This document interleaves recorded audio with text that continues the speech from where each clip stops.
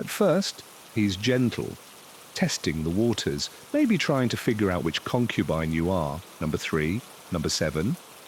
Either way, you play along with the exact amount of polite interest, just enough to say, hello, yes, I am here, but not so much that you look thrilled, because mystery is sexy. Desperation is less so. You don't talk. The talking stopped back when he tried to impress you with poetry. Now it's all about the vibe. He's the mighty lord, and you? You're the delicate blossom who, by pure coincidence, decided to bloom tonight. You move exactly how you were trained, gracefully, elegantly, like someone choreographed your every motion after reading a lot of tragic love poems, but never actually dating anyone. You make all the right noises in all the right places, soft enough to be elegant, loud enough to be noticed, even if, in your mind, you're reorganizing your scroll collection. Eventually, it's over, either in a victorious finale or what you'll later refer to as a gentle fade out. Maybe he says something, maybe he doesn't. You smile anyway, you rise, redress, and give a perfect bow, somehow hiding both the pins stabbing your scalp and the leg cramp that kicked in halfway through. Then you leave. You do not look back. You do not ask for feedback. You do not ask if he remembers your name, because this wasn't about feelings, this was about strategy. And tonight, you had the position. Now he's snoring, limbs everywhere, draped across the futon like he just conquered an entire kingdom, instead of, falling asleep after some moderately enthusiastic action. You lie beside him, eyes wide open, spine like a board, your brain running laps. Not because you're in your feelings, but because this, the post-game analysis, is where the real thinking begins. Did you pull it off? Was your hair still in place? Did he like the subtle head tilt? Was that one sigh too loud? Should you have added another gasp? You'll never ask, but you'll go over every detail like all right, so you've just rolled out of bed looking like a crumpled noodle, pretending your neck didn't betray you overnight. Now it's makeup time, or as they call it in this ancient drama factory, historical self-erasure with a generous sprinkle of toxins. Step 1, white powder. Not just any powder, this is crushed rice, sometimes with enough lead to double as construction material. Your personal makeup artist starts slapping it on like they're trying to cover a crime scene. The mission? Erase every hint of life from your face. If your complexion still looks like it belongs to a living human being, congratulations, you're doing it wrong. Next up, the neck and chest, because heaven forbid the big boss spots a patch of skin that doesn't scream ghost town. You sit there, statue still, while they go full-on puff mode, battling the sneezing urges threatening to expose your new, invisible identity. Eyebrows? Your real ones don't matter anymore. They get painted over and redrawn way too high, giving off serious, constantly shocked and emotionally unavailable vibes. Supposedly, it's supposed to be sexy. Spoiler alert, it's not. Then come the lips. You'd think the whole mouth gets the red carpet treatment, right? Nope. Just a tiny, delicate red smudge in the center. It's meant to be demure. Instead, it looks like you kissed a plum and bolted. But hey, you nod along because tradition doesn't take feedback. Feeling weird and slightly less attractive? Perfect. You're on the right track. Finally, the pièce de résistance, teeth blackening. Yep, really.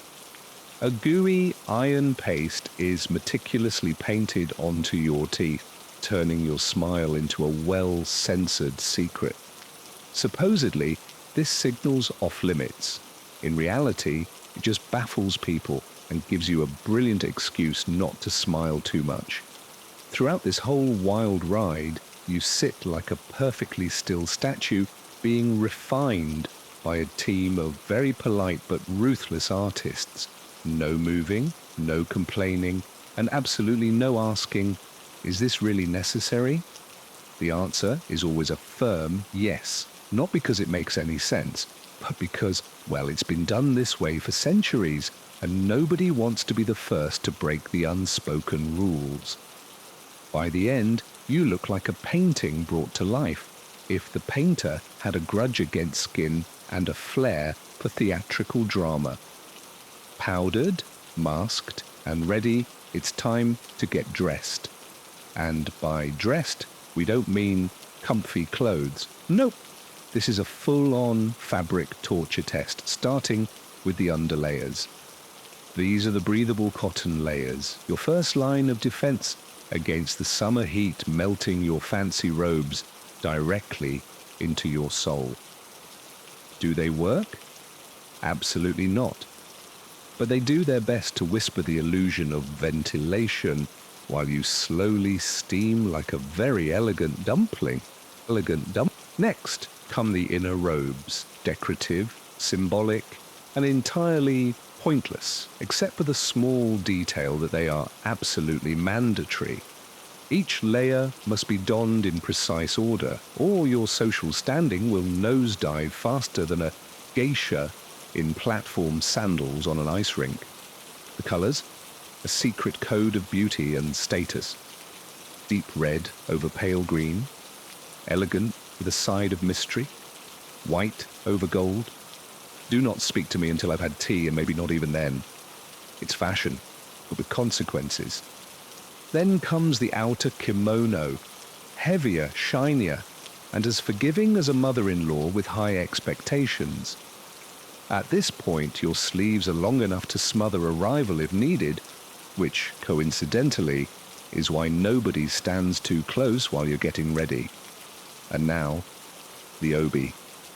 That magnificent sash that holds it all together and slowly tries to saw your spine in half.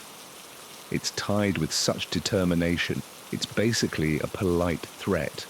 A properly cinched obi speaks volumes, elegance, composure, and the desperate dignity of someone one sneeze away from complete spinal collapse.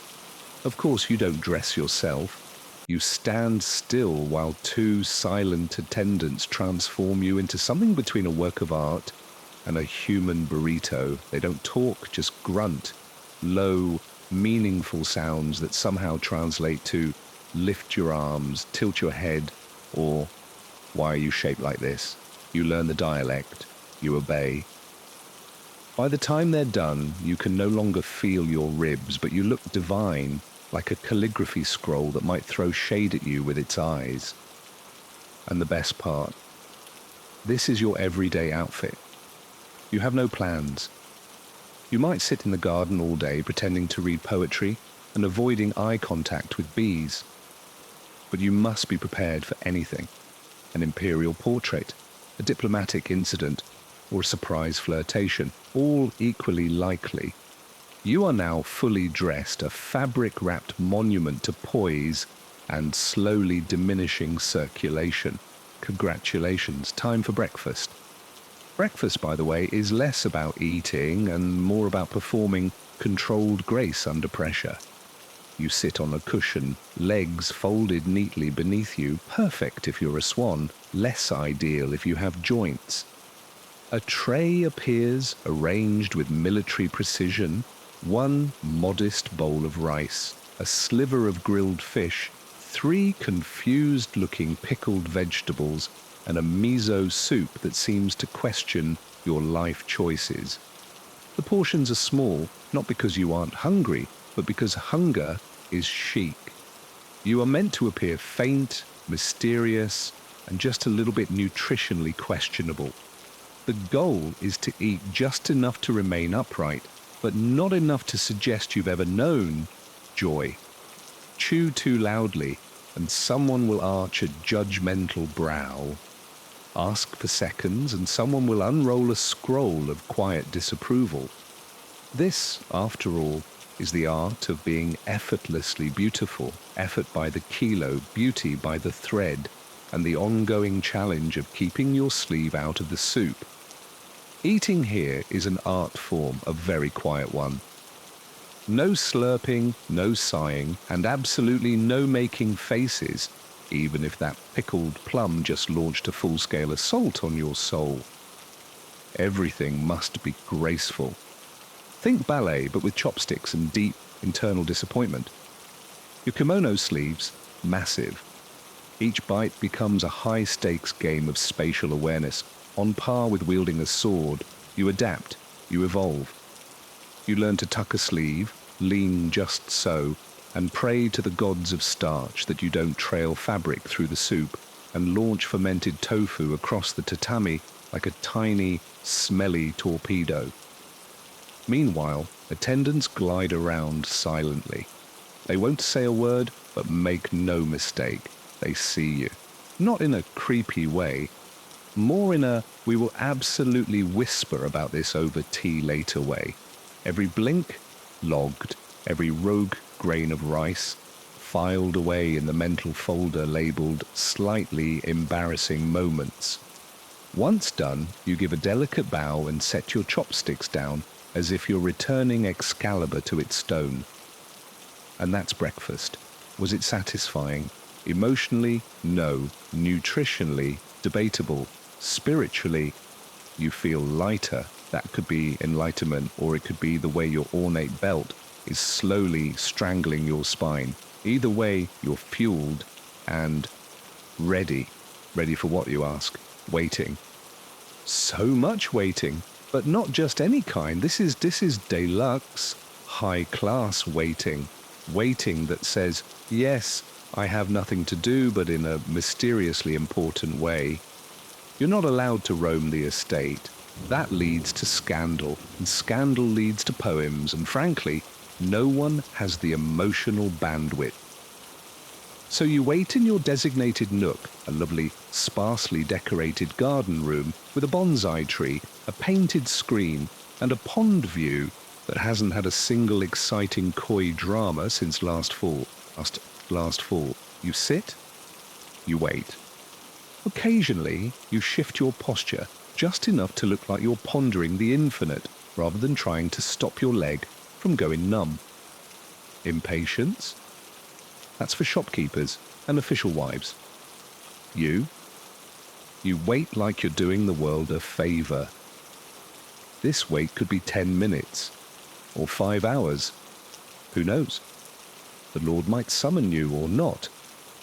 He could be entertaining another woman, reading poetry about heroic deaths, or just napping with his head nestled on a pillow that costs more than your entire family's rice harvest.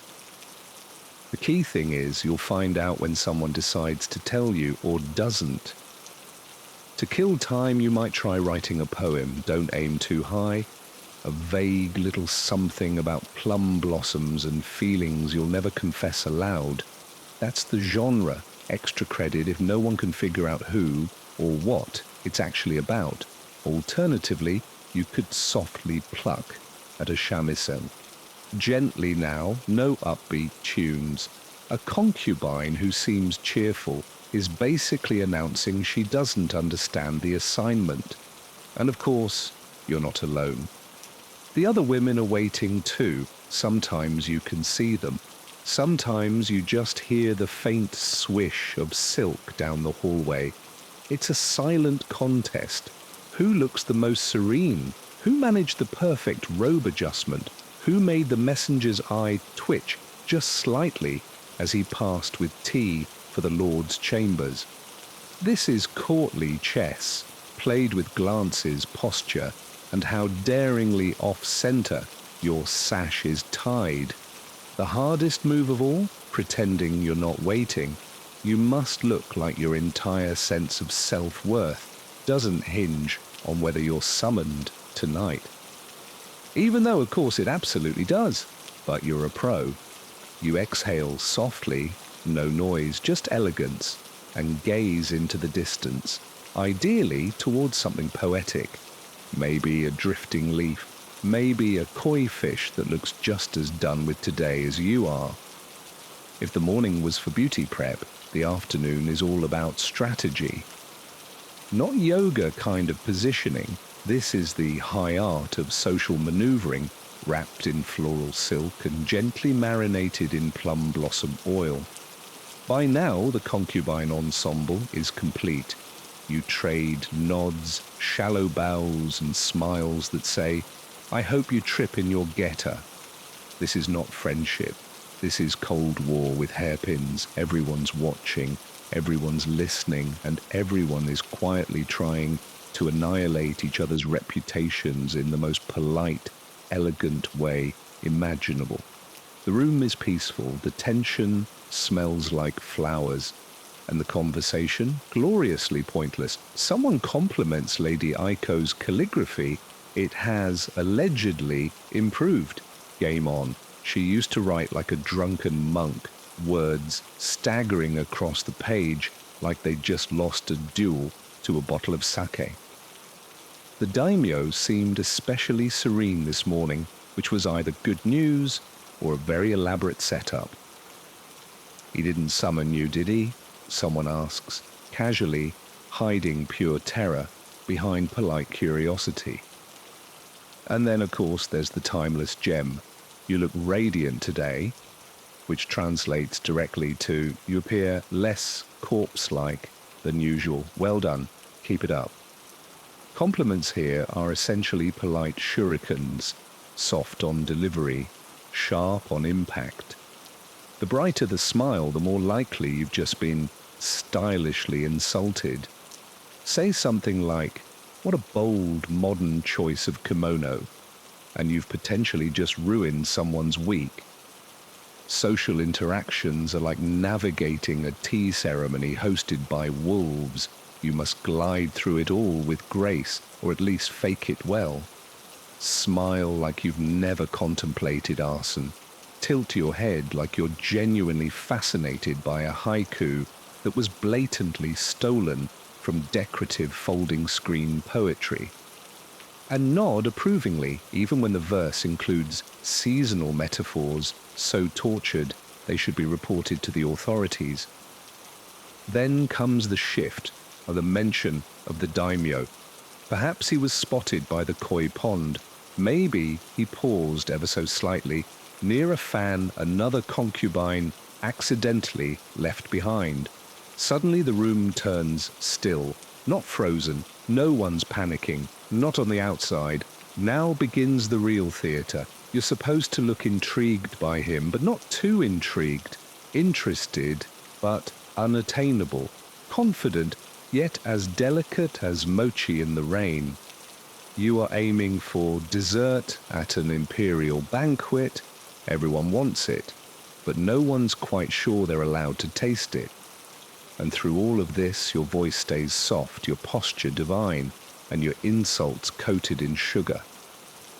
This is how power works here, not with swords, but with side eyes and syllables. If by the end of the conversation you've made just one rival question her fashion choices, her artistic integrity, or her signature fragrance, you've had a successful day. You haven't been summoned yet, but hope, like a determined mole, tunnels on, even if it's quietly sweating under 12 layers of silk. As the sun limps past noon, and you've survived yet another round of passive-aggressive poetry and eye-contact warfare, it's time for the just-in-case bath. Not required, per se, just strongly encouraged. In the same way, it's encouraged not to enter the daimyo's private quarters, smelling like existential dread and fermented radish. The bathhouse awaits, steamy, silent, and saturated with the scent of yuzu peels and barely restrained ambition. Your attendant helps you undress, because escaping the intricate prison that is full ceremonial kimono requires at least 2 people and a small miracle. Once unwrapped from the layers of cultural and emotional upholstery, you finally slide into the water. And for a brief, glorious moment, you are no one, not a symbol, not a plot point, just a woman sweating in a wooden tub, wondering whether she shaved evenly enough for a man who squints at fan designs for a living. You scrub, but gently. This isn't a wrestling match with your own skin. There's an art to it. The goal is clean, not I've been exorcised. A faint scent is added, nothing too flowery. You're not here to smell like a desperate floral arrangement with ambition, just enough to say, I might own a hand fan and know how to use it flirtatiously. Hair is re-oiled, skin gets a dusting, heels are examined for calluses because, yes, even your feet must pass muster, despite the fact that the men in question haven't seen a toenail clipper since the last rice harvest. And the worst part? This could all be for nothing. No call, no summons, just you in your perfectly powdered glory, returning to your quarters to sit very still and write emotionally cryptic poems about ducks, but heaven forbid you do get summoned and show up smelling like anxiety and uncooked tofu, scandal. So you bathe, you prepare, you become the softest, subtlest version of yourself, lightly marinated in incense oil, basically a slow, burning candle of mystery, because readiness is everything, even if no one notices, especially if no one notices. And anyway, nothing says victory like looking effortlessly better than the others who tried. You don't announce it. There's no trumpet fanfare, no herald dramatically unrolling a scroll. When it finally happens, it comes like all terrifying things in polite society, with subtlety. A soft knock, a bowed servant, a single phrase, His Lordship requests your presence. Translation, you've been chosen. Also, you now have approximately 20 minutes to reassemble your body, powder your soul, and emotionally disengage. Your attendants explode into action like they've trained for this their whole lives. You, meanwhile, are trying not to look too smug or like you might vomit. This might be a compliment, might mean you're his favorite, or it might mean his actual favorite is mad at him and you're the emotional seat filler. Either way, tonight, you're the main event. Step 1. More powder. A fresh layer to conceal the creeping dread. A hint of blush to suggest you're alive, but in a mysterious way. Kimono swap, time for the expensive one. The one with golden cranes flying elegantly across the fabric, because nothing says, take your time unwrapping this, like metaphorical birds mid-soar. Next stop, hair. Already flawless, but you give yourself one last check. You slide in a modest little comb, understated, not trying too hard, and dab a touch more yuzu oil behind the ears. Now you smell like self-control and a citrus-scented game plan. The walk to his private chambers feels like a journey through space and time. The hallway? Eternal. Every step is intentional. You're gliding, measured, serene. Not a stampede, not a sprint. You're a river, cool, calm, inevitable. Behind the screens, the other concubines act like they don't notice you, which means, of course, that they absolutely do. Eyes flicker, smiles tighten. You are the storm in their weather report. The inner room appears, a screen slides open. You bow, low, graceful, effortless. Are you nervous? No, just hyper-aware of the positioning of your entire skeletal system and whether your lip tint betrayed you. He acknowledges you, or doesn't. Same result. You smile, not too big, just the kind that suggests you know something he doesn't. You've stepped into character, tonight's favorite, tonight's mystery, tonight's beautifully wrapped break from politics.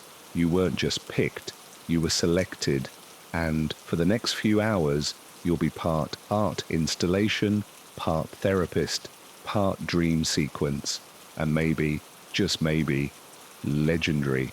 But don't get ahead of yourself, you still have teeth pour. Despite the juicy whispers from the gossip contingent, an evening with the daimyo does not begin with disrobing.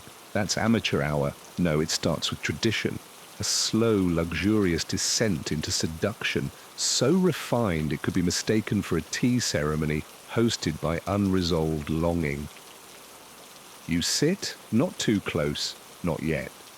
A polished table stands between you, a pot of warming sake quietly making things steamy. There's enough eye contact going on to launch a whole haiku collection. He pours you a cup. That's your cue.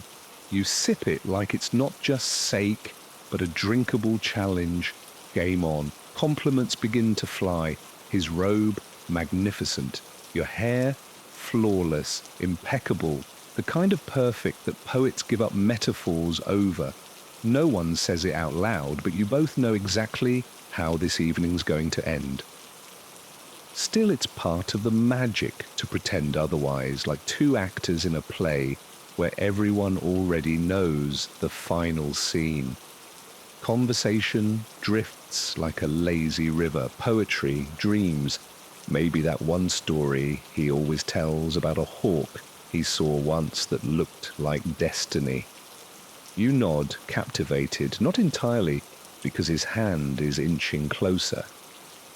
You've heard the hawk tale 3 times now, but hey, that's not the point.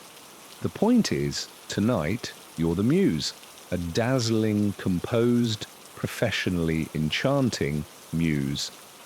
Also, a very well-rehearsed performer. There might be music, something delicate. Maybe a shamisen playing softly in the next room. Not by you, obviously. You're a bit busy holding the attention of everyone like a beautifully crafted fan, elegant, mysterious, and possibly capable of slicing through silk if needed. Then, contact, the lightest brush of a hand against yours. A compliment smoothly delivered, something about your scent, cleverly worded to suggest admiration, not "I sniffed your pillow earlier" vibes. If he's feeling poetic, maybe he compares you to a plum blossom in snow. If he's tired, it might just be, "You look nice tonight." Either way, you tilt your head, smile, and react like he just dropped a love poem straight off Mount Fuji. Bravo. Eventually, the pretense melts away. The table is gently moved aside, the lights dim, the sliding doors click shut. You rise, gracefully of course, and follow him into the adjoining room. This isn't business, this isn't romance, this is theatre. And you're the entire show, desirable, poised, submissive, but captivating, like someone who could ruin lives with a single glance, but chooses not to, for now. No pressure. You just need to seduce a military commander using centuries of cultural nuance and a perfectly timed eyelid flutter. Let's not kid ourselves, this isn't a fairy tale. It's a highly sanctioned ritual starring 2 leads, 0 dialogue, and a full ensemble cast of societal expectations. You enter the chamber like you are the moonlight, cool, glowing, and hopefully not tripping over your hem again like you did last month. You kneel, you bow, you smile, you absolutely do not sneeze, even though the incense is doing its best to sabotage you. The futon is plain, the sheets are spotless, the air smells like serenity, or at least like sandalwood and suppressed coughing. Then at last, he reaches for you. The ritual begins. Soft and tentative at first, like dipping a toe into a lukewarm bath. He's feeling things out, or maybe just double-checking which lucky concubine you happen to be tonight. You play along, just enough to spark interest, but never so much that you seem desperate. Remember, mystery is the name of the game. Desperation! That's the party crasher, nobody invited, no chit-chat here. The poetry ended the conversation. This is all about presence now. He's the mighty lord, and you, the freshly blossomed flower who just happened to bloom tonight. You glide across the room with all the grace of a dancer who's never actually been in love but has binge-read every sonnet ever written. You hit all the right notes, sighs and murmurs, perfectly timed, not too loud, not too soft, just enough to say, yes, you're doing great, keep going. Meanwhile, your brain's frantically rearranging lines of poetry like a librarian on speed. Eventually it's over, either a victorious finale or what you'll later call a gentle fade out. He might say something, or he might not. Either way, you smile, rise and redress, hiding the pinpricks digging into your scalp and the mysterious cramp that took hold halfway through Act 2. Then you bow, carefully, and slip away. No looking back, no how was I, no remember my name. This wasn't about connection, this was about position. And tonight, you've got it. For now. He's sprawled out on the futon, asleep like a conqueror who just took over a province, rather than someone who collapsed after mild exertion. You lie there beside him, eyes wide open, spine stiff, mind spinning. Not from feelings, but because the real mental workout starts now, the afterglow. Did you nail it? Was your hair still perfect? Did he notice the way you tilted your head just so? Should you have moaned a bit more? Or was that one breath too loud? These are the questions you won't ask aloud, but will replay obsessively like a general analyzing a battlefield defeat. You can't move yet. Leaving too soon is cold, staying too long is clingy. So you lie there, staring at the ceiling, counting bamboo slats, wondering if the other concubines are awake. They probably are. Wolves can smell fear from a mile away. The silence is thick, not exactly unpleasant, just utterly full. Full of unspoken words, questions left hanging in the air, and a faint, stubborn hope that maybe, just maybe, you've earned yourself a slightly better breakfast tray tomorrow. He might mumble something, maybe a compliment, maybe a name. Hopefully yours. You nod in the dark, even though he's already snoring like a guy who's never had to tuck his dignity neatly into his sash before bed. Eventually you rise with quiet finesse. The graceful post-romp exit is an art form. You gather your robe, tie your sash just so, and smooth your hair enough to pass as a woman glowing with mysterious allure rather than leftover sweat. The corridor is empty, but you walk like an entire audience is watching, because in this place, they always are. Your footsteps are soft. Your face is an unreadable mask. Your heart tucked away, locked behind the very best performance you can muster. Back in your quarters, someone's already lit the lamp. The tea is warm, but you drink it without really tasting it. You sit alone, and only then do you let out a breath you didn't realize you'd been holding. You don't know if tonight meant anything. You don't know if he'll remember it, or you, by morning. But at least this much is clear: you were chosen. And in this world, that's the only currency that counts, even if it only lasts until sunrise. Morning comes early, not because you feel rested. No, concubines don't get the luxury of sleeping in. That's for wives, men, or mythical creatures with zero political rivals. The futon you collapsed into last night feels smaller now. Or maybe it's just that you're painfully aware of how little space you actually occupy in the palace hierarchy. A mere decorative presence draped in brocade and wrapped tight in expectations. Your attendants enter, eyes politely avoiding yours.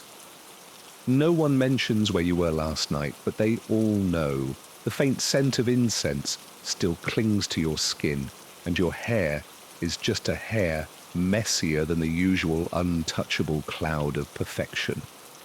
They start their familiar routine. New powder, comb, fold, Rebuild the masterpiece that is your public face, remarkably like yesterday's, except now you're hyper-aware of how truly exhausting beauty can be. The silence between you and your attendants is comfortable, if sprinkled with a dash of quiet judgment. You might cough ever so slightly. Someone else might casually drop the bomb that Lady So-and-so received a rare silk comb this morning. You nod, cool as a cucumber. The game is back on. No debrief, no replay. You definitely don't spill the beans about how the big boss smelled faintly of plum wine, or how he uttered some half-baked poetry before nodding off mid-sentence. And you absolutely don't admit you're now questioning every single glance exchanged, because that would be unseemly.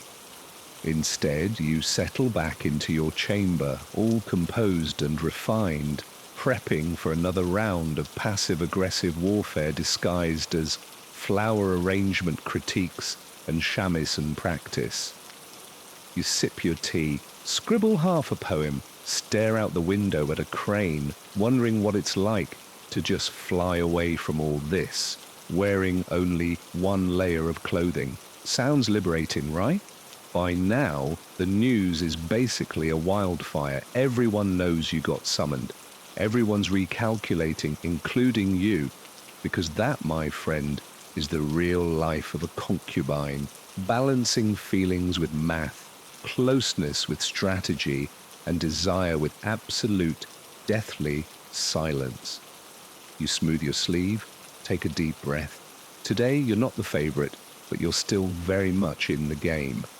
And in this palace, survival looks a lot like being perfectly still in silk.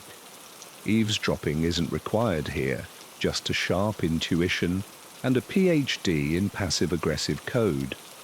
By sunrise, your name has floated through at least 3 courtyards, 2 tea rooms, and 1 ridiculously loud flower arranging session.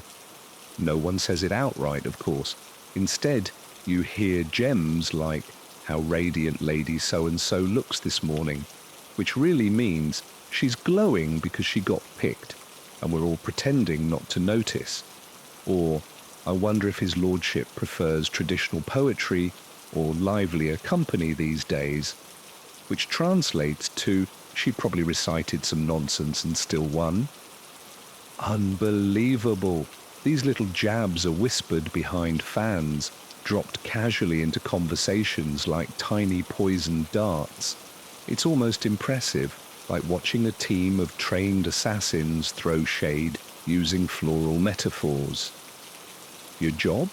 Keep quiet. Say nothing, stay sharp. The game is on. Smile just a little, like a cat who knows a secret you don't. Because diving into gossip, dangerous territory, but being the gossip target and reacting, still graceful, still quietly dangerous. When the makeup finally wears off, it's just you, and that's way more than anyone ever expected. Now let's take a time travel detour to ancient Babylon, where the line between sacred and sensual wasn't just blurred, it was totally obliterated.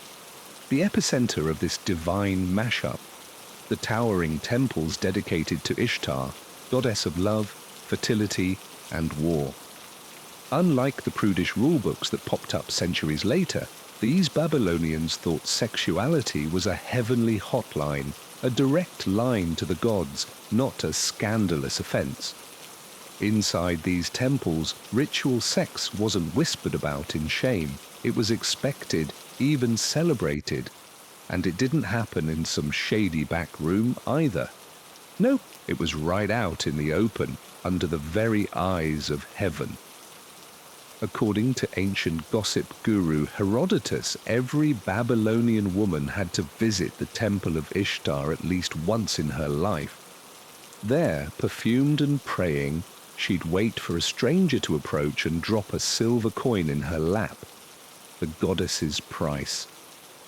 Refusal wasn't an option. And here's the kicker. Sex with a total stranger wasn't scandalous, it was sacred. a public offering of her body for the cosmic good of everyone. Now don't get it twisted. This temple wasn't a brothel like we think of today. It was more like a divine stage where religion and desire danced ancient rituals older than kings themselves. The women who served there, called the Nadu, weren't low-status workers. Many were priestesses or daughters of nobility, wrapped in silks and shrouded in mystery. Their job was spiritual, ecstatic, and yes, sexual. The whole idea, brilliant and bold. By having sex under the watchful eyes of the gods, they believed fertility was sparked, divine favor earned, and cosmic balance maintained. The land would bloom, rivers would flow, and wombs would swell. This wasn't sin, it was sacred ecology. But hey, let's not paint this whole thing as a blissful ancient orgy. Even back then, not everyone was on board with this sacred sex business. Later, rulers in Mesopotamia tried to distance themselves from certain bodily practices, maybe due to a sudden moral awakening or just political headaches. But for a shining moment in Babylon's history, the human body wasn't some embarrassing package to hide away. Nope, it was an altar. And if you listen closely, the very walls of Ishtar's temple still murmur those long-lost moans of worship. If Babylon made sex a sacred duty, the ancient Greeks took it and put on a show, literally. They tossed in masks, wine, and juicy secrets, turning passion into theatre. At the center of this spectacle was Dionysus, the god of wine, ecstasy, and everything delightfully wild. Nothing captured his vibe better than the Dionysian mysteries, private initiation rites where people aimed to blur the lines between mortal and divine. Forget your usual temple visit. These mysteries happened in secret groves or hidden sanctuaries far from nosy crowds. Only the chosen few got in, and what went down inside was kept under tight wraps. Outsiders whispered rumors of wild orgies and drunken chaos, but spoiler alert, reality was more nuanced. Both men and women prepped by fasting, dancing, and parading in long processions. They donned masks, animal skins, or sometimes nothing at all. The goal? To ditch your social role, your ego, even your name. For a few hours, you weren't a merchant, a servant, or a noble. You were something primal, something older than the city itself. Sexual energy, probably part of the deal, not as a party trick, but as a symbol of rebirth and unity. In a society built on strict order, these rites offered a controlled breakdown of barriers, man and woman, rich and poor, mortal and god, all melting away for a spell. But this wasn't just a wild night in the woods. The mysteries promised deep transformation. Those who returned swore they'd touched the divine, caught a glimpse beyond reason. Many spoke of feeling renewed, as if the chaos had burned away their illusions. Of course, not everyone was on board. Philosophers like Plato gave these ecstatic rituals the side eye, worried they might drag people away from logic and self-control. But for many Greeks, the Dionysian mysteries were the perfect counterbalance to their rigid, buttoned-up public lives. They offered what temples and politics couldn't: raw, emotional truth. And that's the magic. These rituals weren't scandalous debauchery. They were about transcendence. By embracing their wild side, the Greeks believed they could tap into something truly sacred. Back in ancient Egypt, fertility wasn't just about making crops grow or babies pop out. It was the heartbeat of the entire kingdom. And no symbol screamed life force louder than the Nile River. Every year, this watery wonder would flood, blanketing the land with rich, fertile silt, like Mother Nature's very own magic fertilizer. The Egyptians didn't just see this as a natural event. They thought it was a divine love affair between the sky and the earth, and they threw some seriously wild parties to celebrate it. One of the star events, a festival for the god of fertility, agriculture, and all-around manly mojo. This dude's statues were not shy. They flaunted a permanently exaggerated, let's just say, symbol of virility.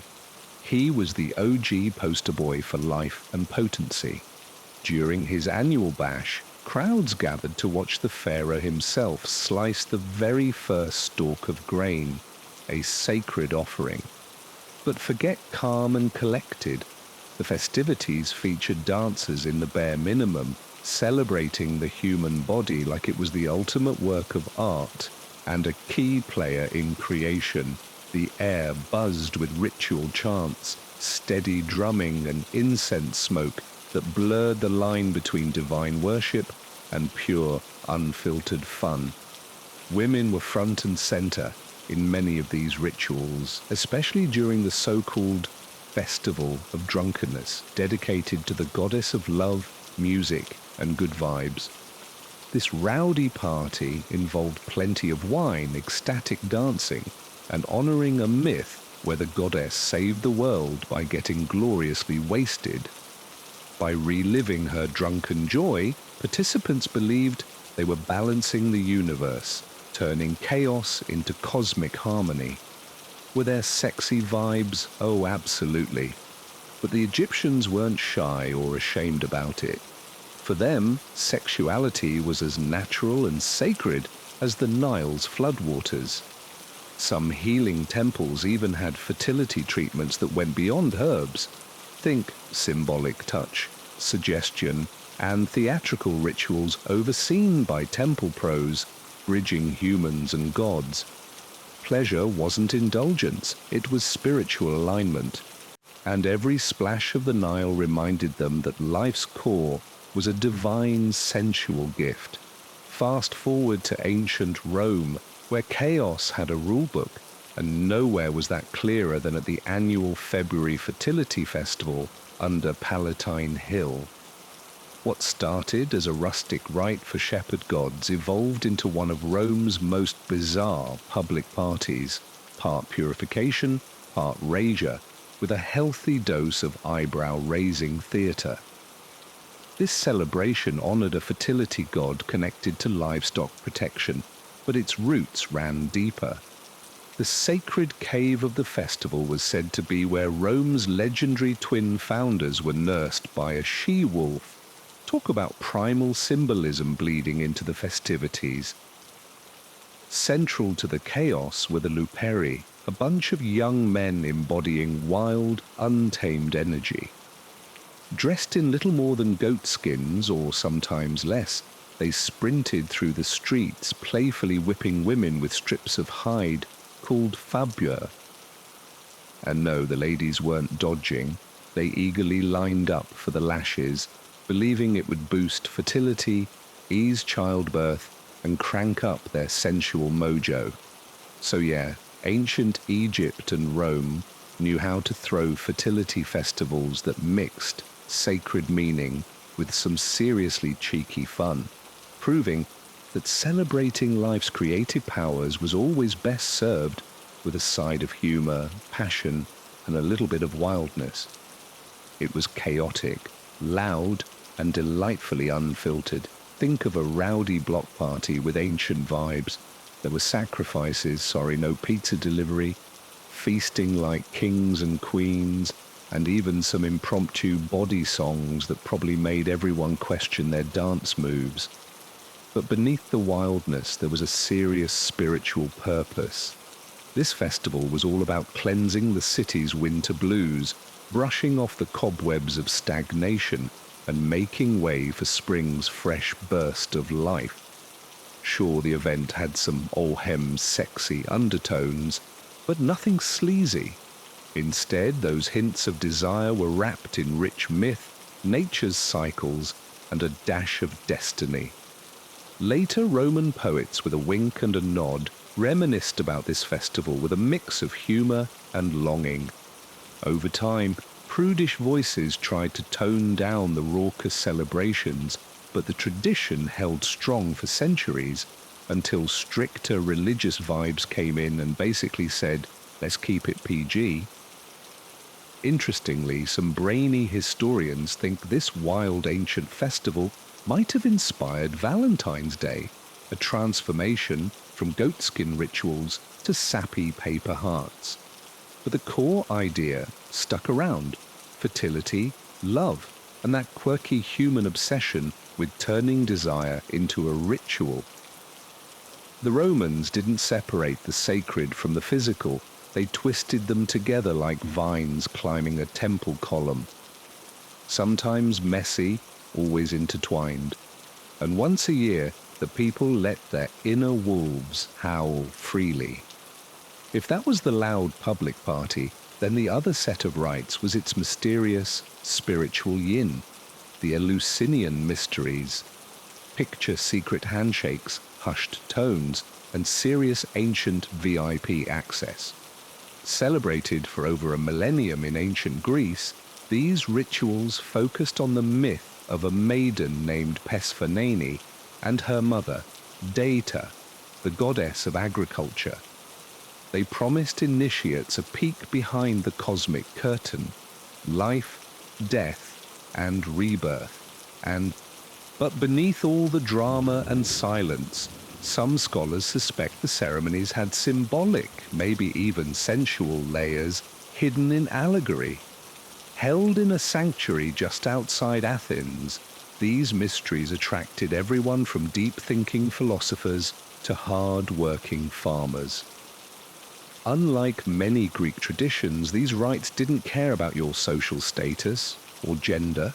Your only ticket in was secrecy. Spill the beans on what happened inside, and the punishment could be as harsh as death. The core story? Persephone gets snatched by the god of the underworld, Hades. Her mum, the goddess Data, mourns so hard the earth itself wilts. When mother and daughter reunite, it symbolizes spring's return and the hope of life after death. Now, what does that have to do with sex? Well, potentially everything. The myth is packed with symbols: abduction, descent, reunion, fertility.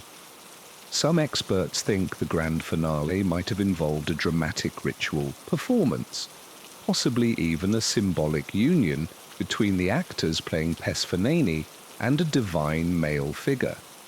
Literal or not, the experience was said to hit participants emotionally, mentally, and maybe physically.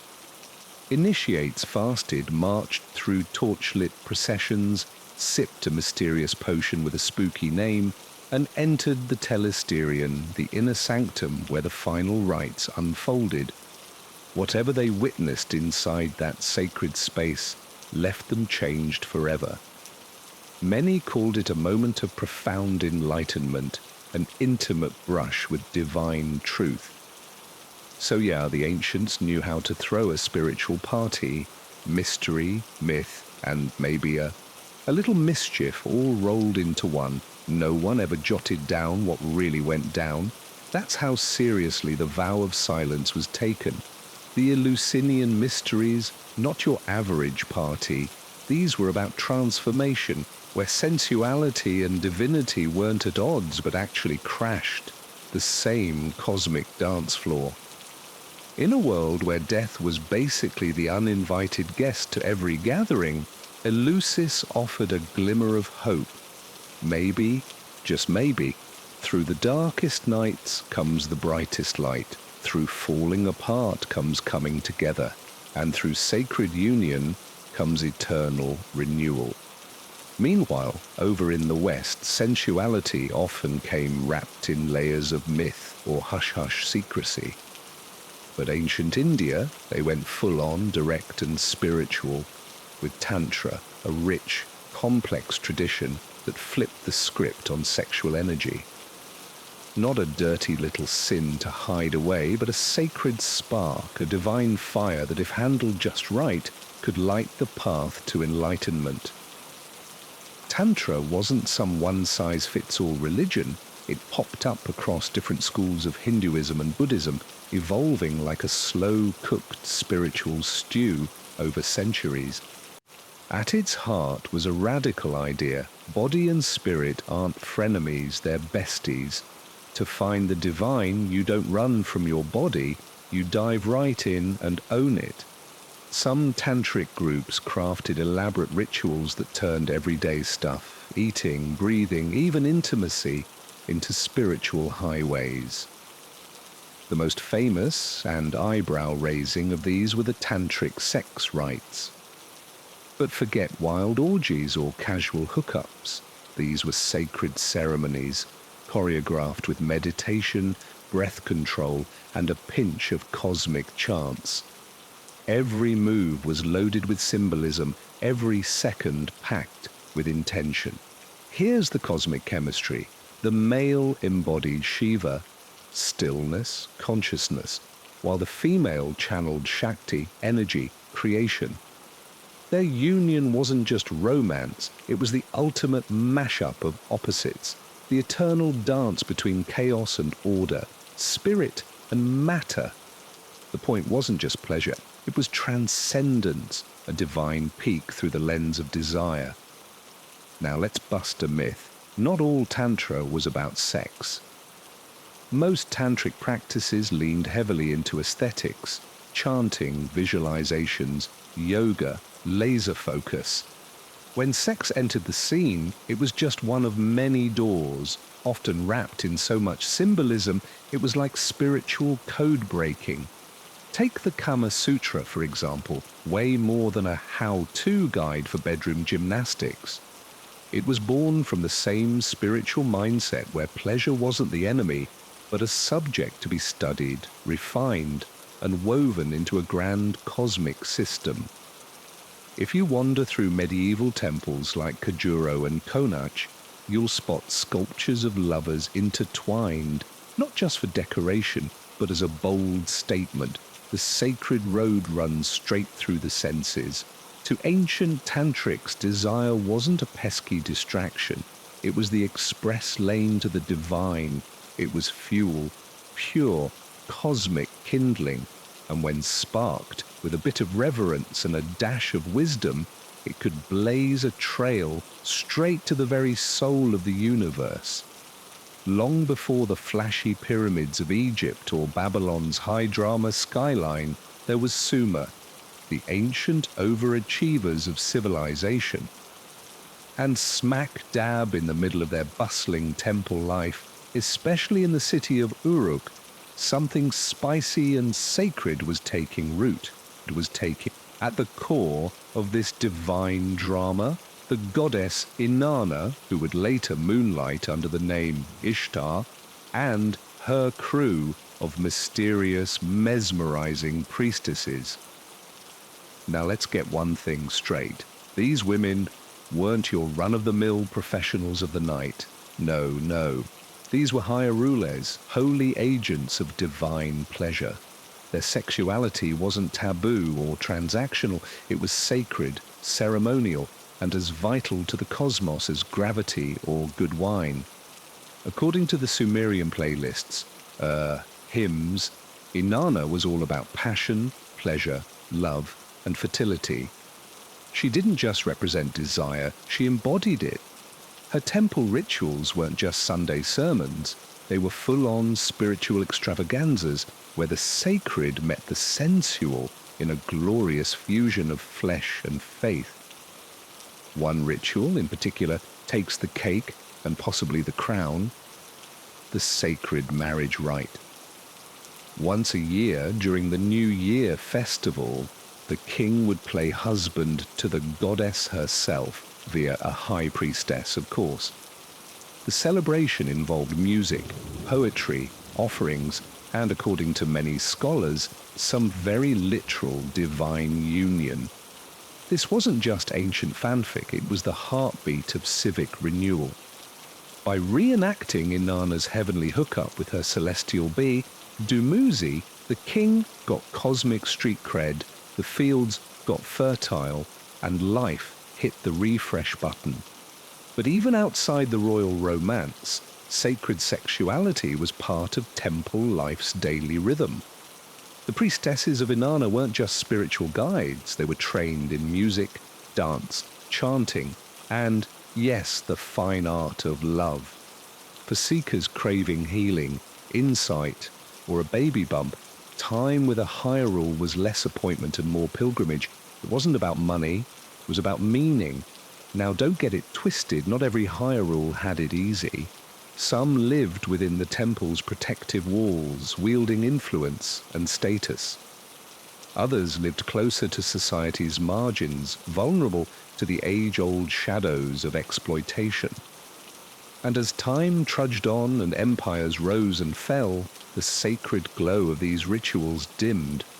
Later cultures, less enthusiastic about the whole divine sexuality thing, painted it with a less flattering brush, reducing reverence to rumor.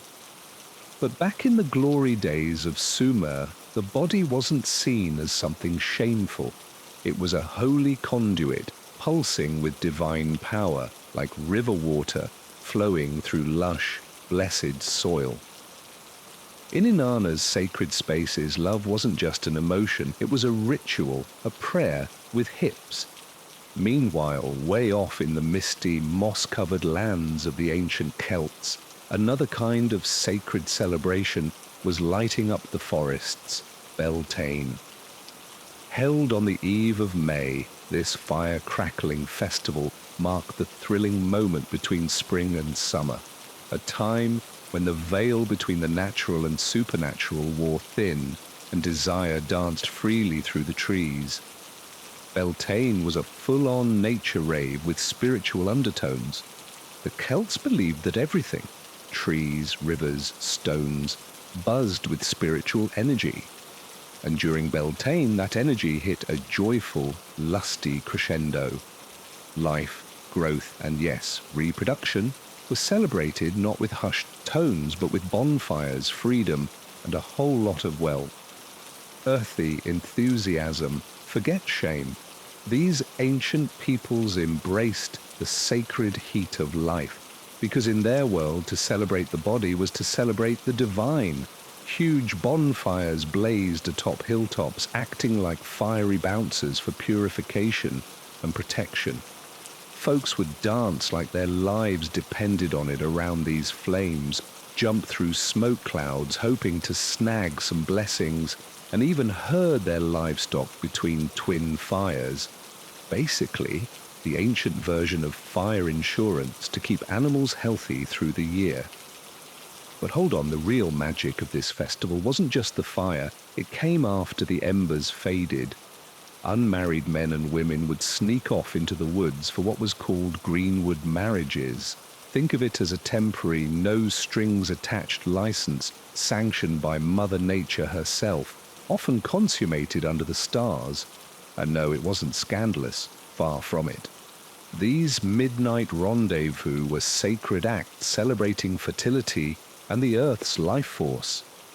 Getting cozy on this night was like syncing up with the universe's playlist, mirroring the legendary love affair between Earth Mother and the horned god, a cosmic power couple representing the divine feminine and masculine. Rumor has it even married couples might hit pause on their vows for the night, not out of cheating, but out of deep respect for renewal and tradition. Babies conceived during this fiery festival were dubbed Children of the Fire, believed to be blessed with supercharged strength and vitality. It was a time when rules took a back seat, desires were honored, and life roared in full throttle. No fancy temples were involved. Nature was the altar, the forest was the bedroom, the flames were witnesses, and the night itself was the confetti cannon. Then Christianity showed up and started calling all this sin, trying to hush it all up. What had once been celebrated as divine sexuality became a taboo topic. The body, once seen as a sacred temple of energy, got rebranded as the bad guy, and pleasure was something to fight, not feast on.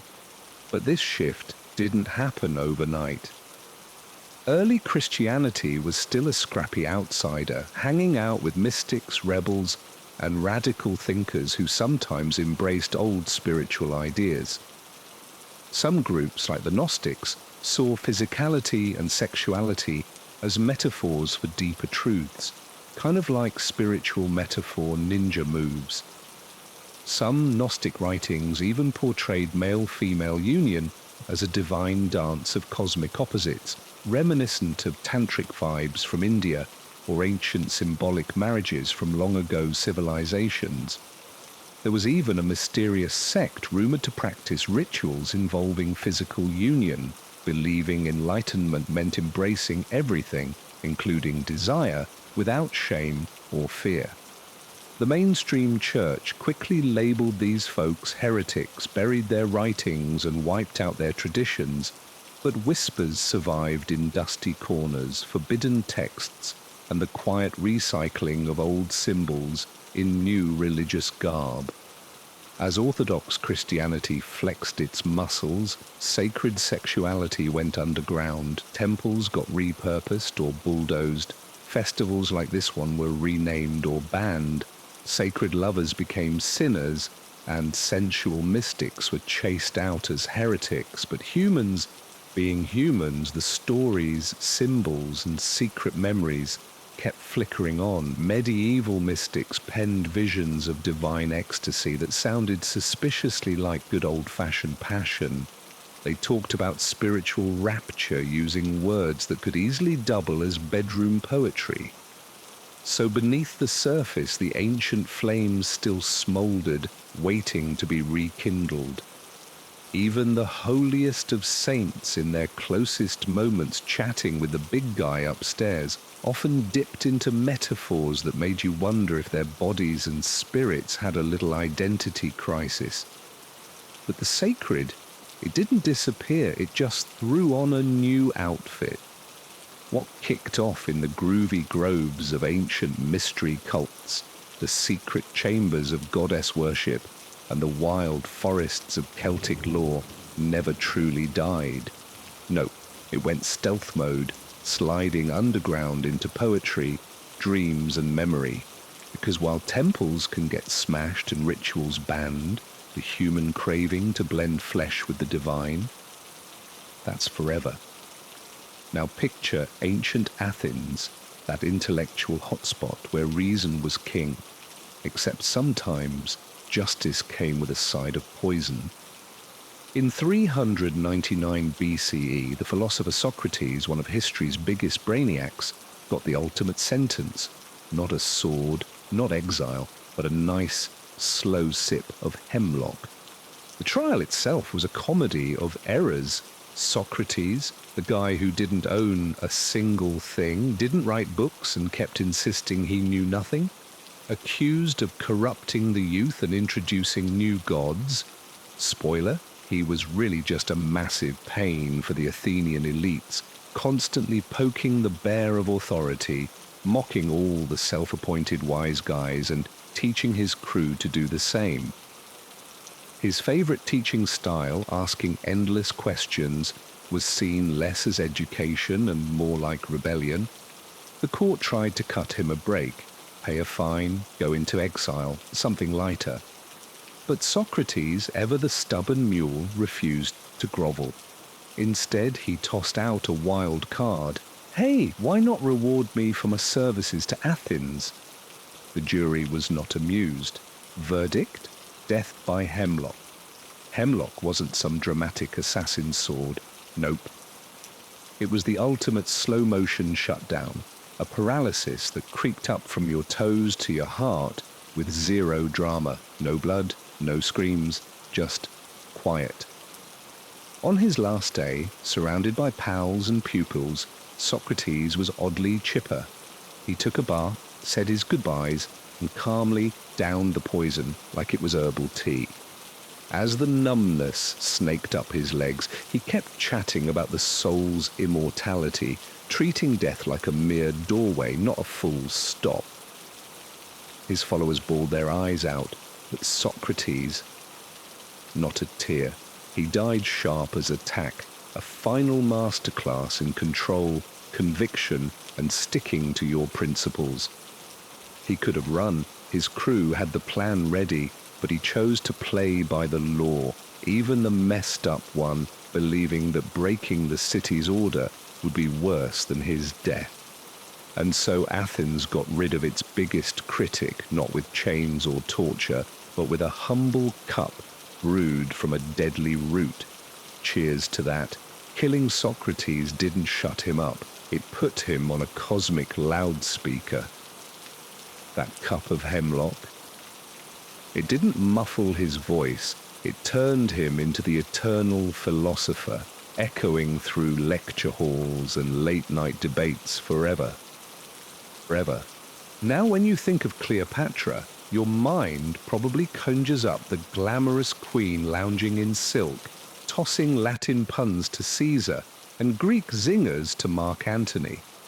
But behind the romance, eyeliner, and royal drama, there was a woman with a serious science streak, especially when it came to poisons. Yes, Cleopatra was not just a pretty face.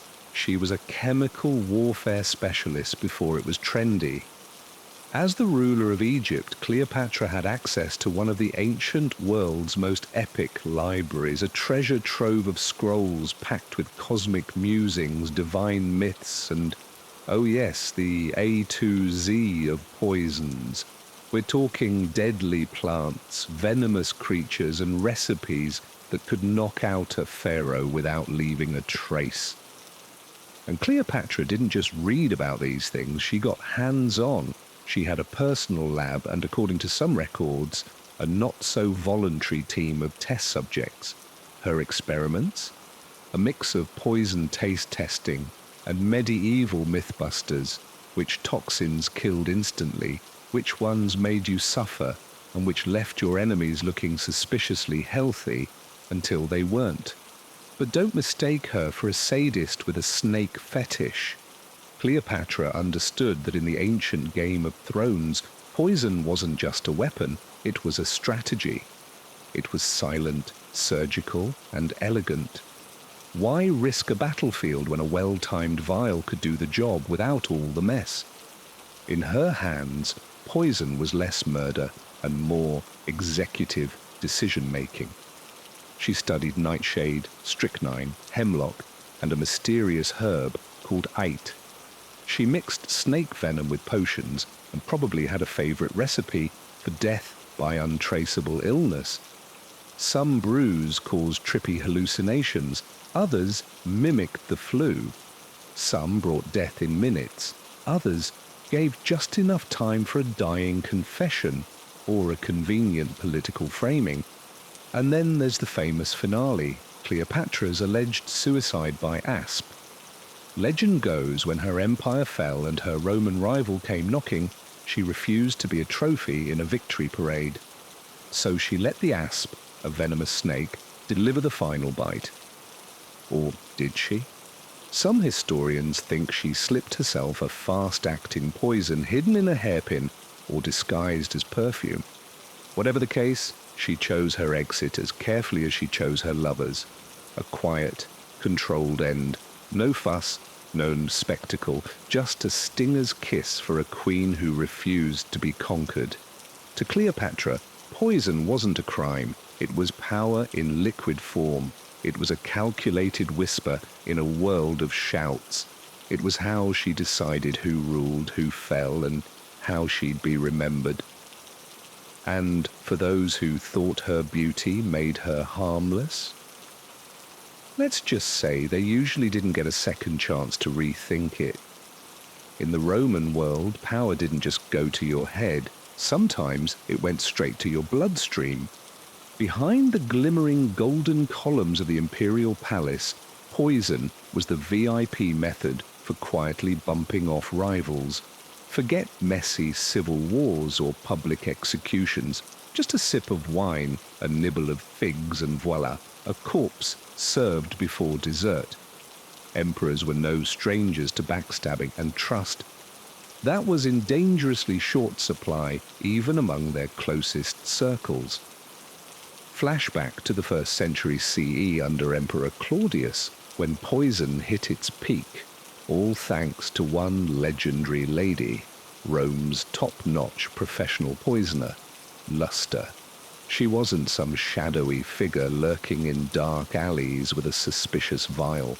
No, she was practically the Marie Curie of the ancient world, mixing deadly cocktails for the political elite.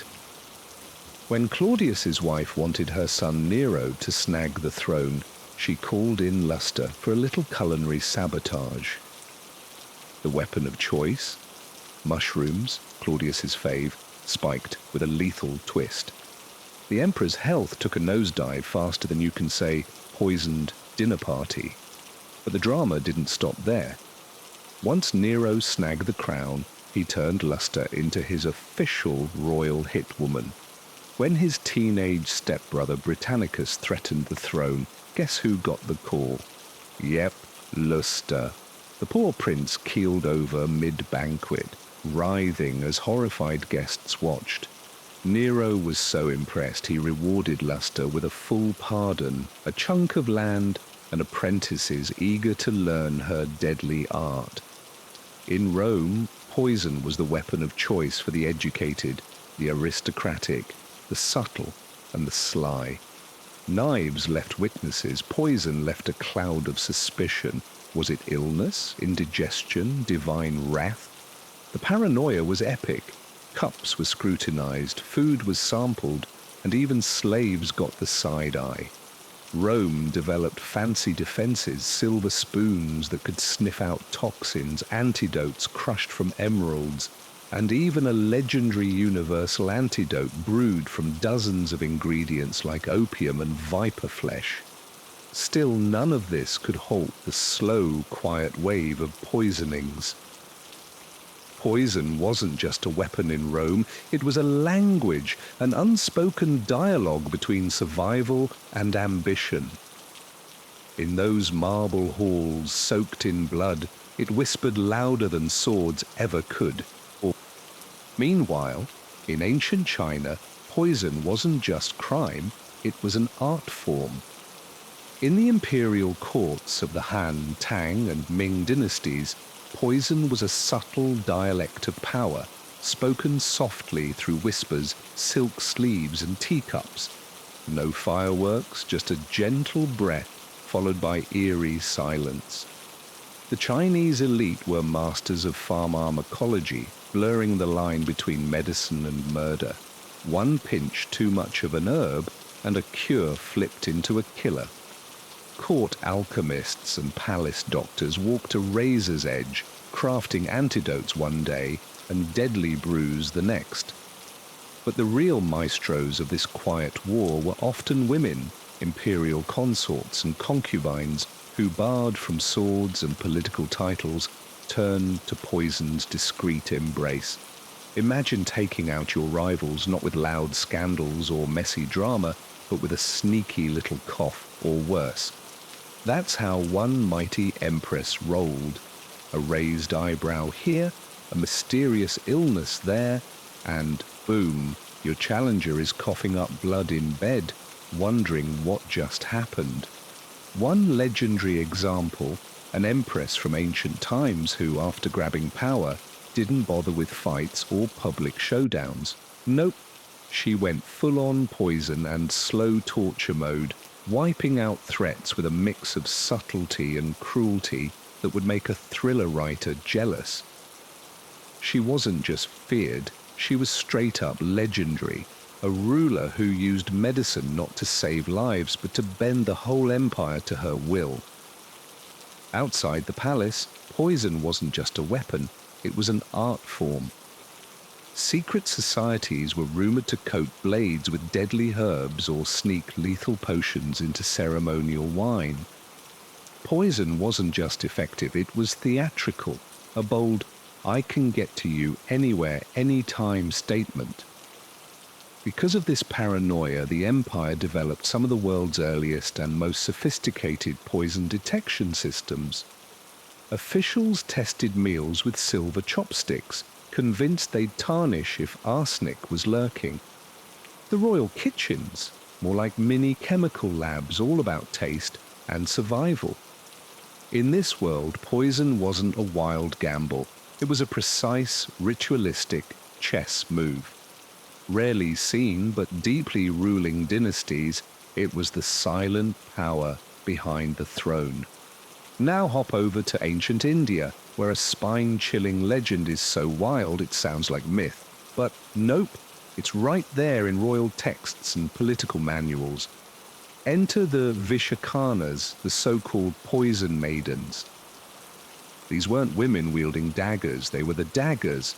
Chosen as little girls, they were fed tiny doses of poison day after day until their bodies built up immunity.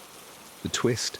Their blood, sweat, and even breath turned toxic.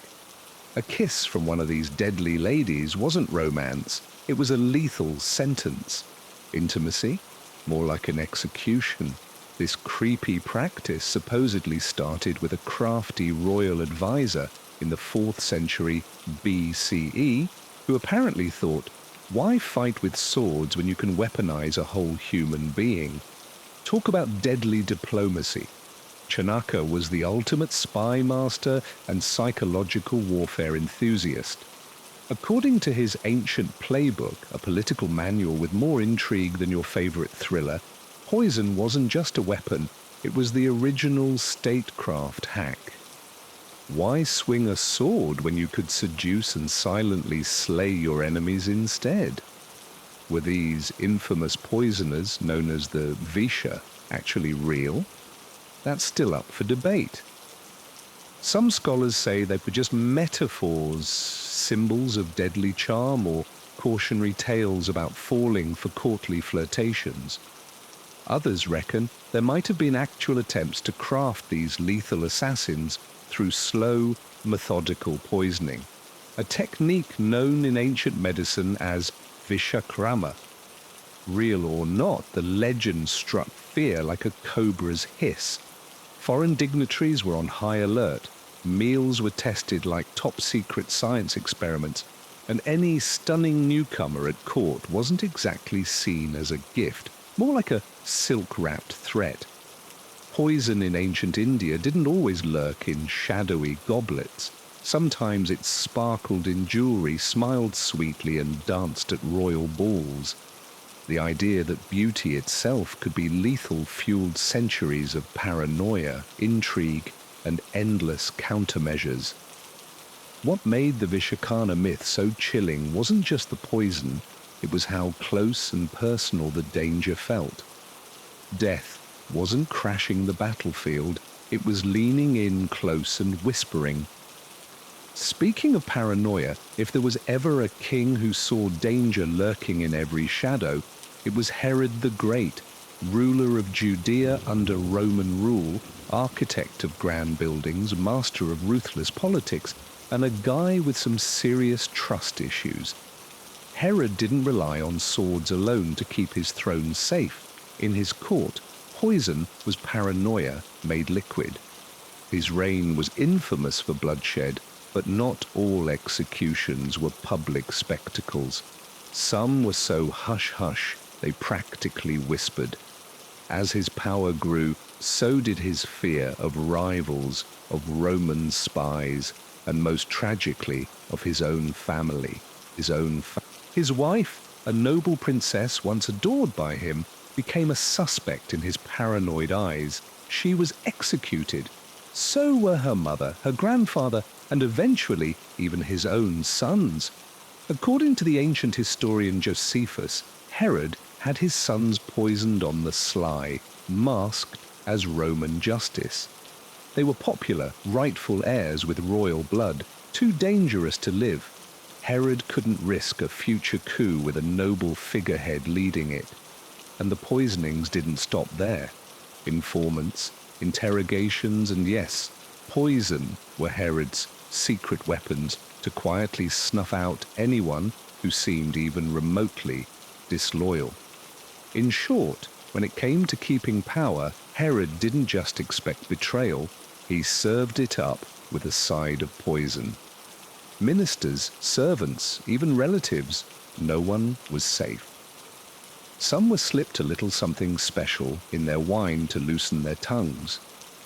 Others just vanished. Their sudden illnesses were blamed on divine punishment or maybe a bad breeze. But really, it was poison, a quiet, elegant little tool that let Herod rule with all the grace of a surgeon and the mercy of a brick. No riots, no messy public executions, just a clean exit, a whisper, a goblet, a twitch, and then silence. It sent a crystal clear message. You could share his blood and still end up sharing a grave. And Herod wasn't just obsessed with using poison, he was worried about what would happen when he died. Tormented by disease and dancing on the edge of madness, he panicked that nobody would mourn him. So, naturally, he ordered that a bunch of high-profile Jewish leaders be rounded up and executed the moment he kicked the bucket, to make sure someone was crying. Thankfully, that little plan never made it past the draft stage, but his court, it had already been soaked in paranoia for years. Poison had done its job. Meanwhile, in the grand golden halls of a certain empire with very fancy architecture and a flair for the dramatic, a different kind of war raged, not with swords, but with side eyes and suspicious cups of wine. In this place, where kings ruled over continents and wore more jewelry than sense, poison wasn't just a tool, it was a lifestyle. The royal court under monarchs like Darius and Xerxes, opulent, yes, but also more cutthroat than a reality show finale. With enough wives, concubines, sons, generals, and ambitious relatives to fill a stadium, the palace turned into a 5-star murder mystery dinner. Poison was the great leveler. You didn't need an army, just the right herbal cocktail.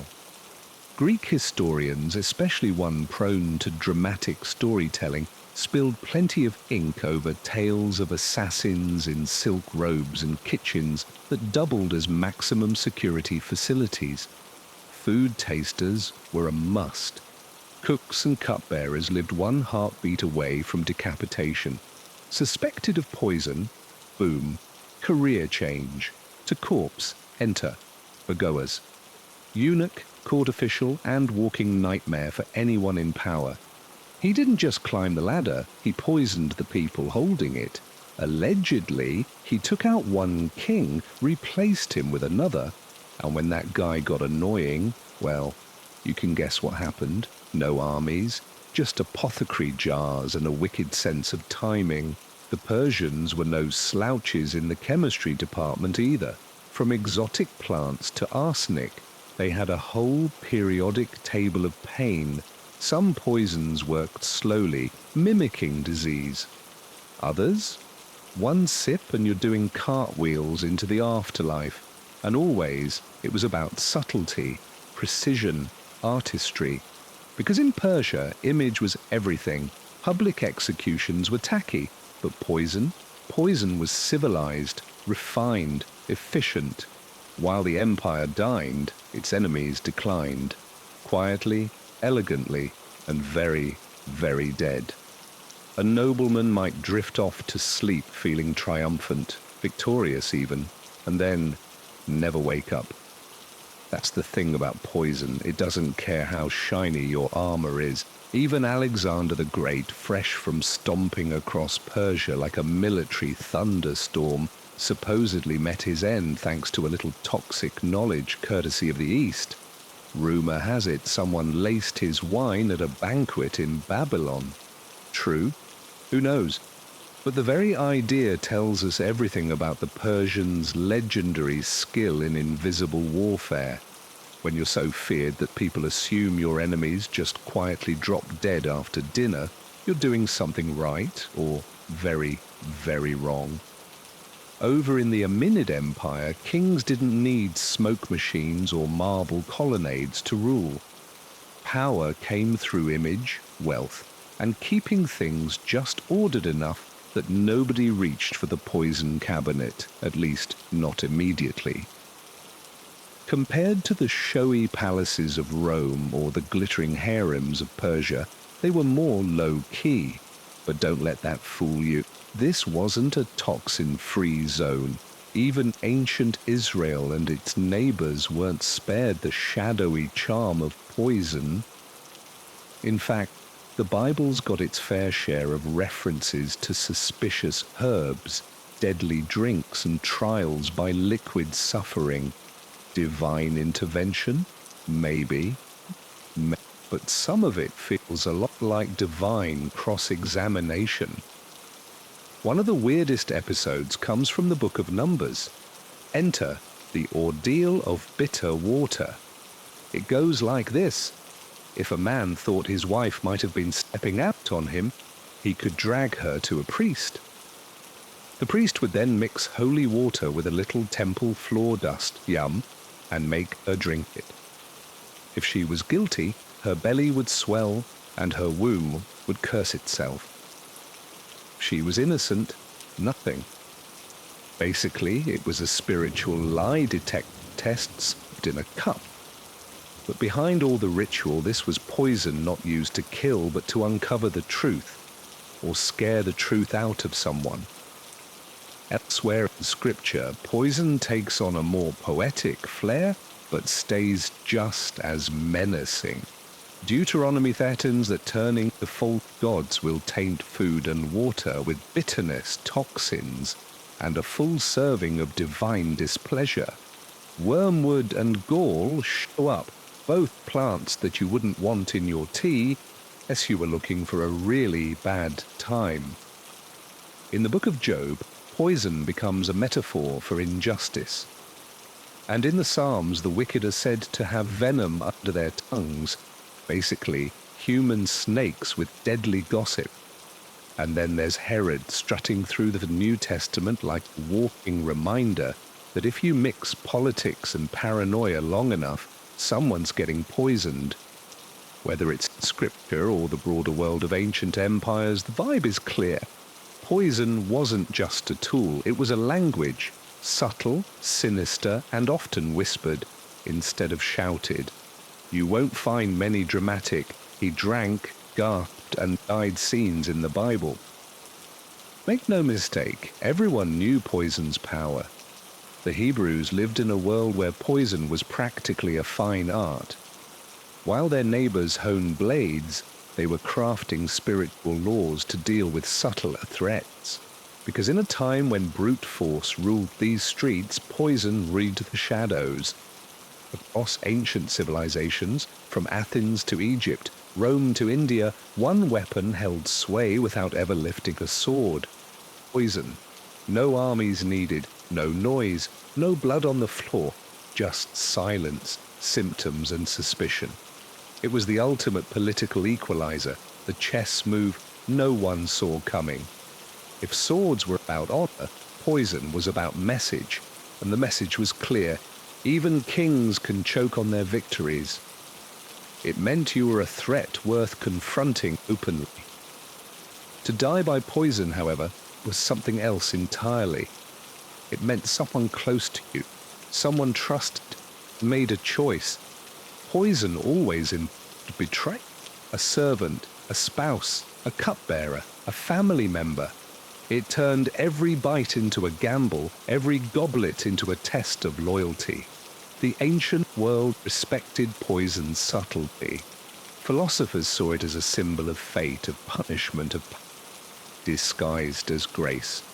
Religions invoked it as divine judgment, and rulers used it to maintain the illusion of peace while quietly rewriting their bloodlines.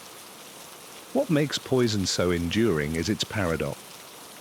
It is at once cowardly and clever, invisible, yet unforgettable. It doesn't just kill the body.